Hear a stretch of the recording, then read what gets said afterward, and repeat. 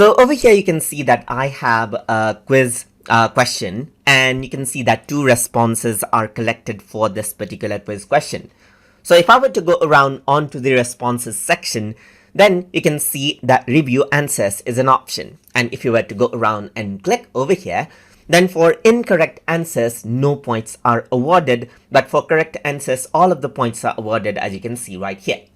But you can also go around and change the award right here. Like you can go around and decrease out the points as you like and make it incorrect as well, as you can see right here, and update it as you like. So you can go around, make it 5 right here, which makes this particular answer correct as well.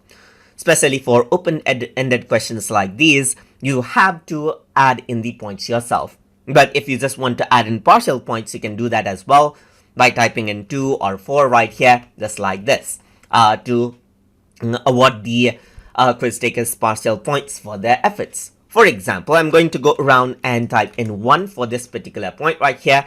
And after you do that, for this particular quiz giver, you can see that the point is 8 out of 15 right here. And that is how you can go around and manually add in quiz points for the responses as well.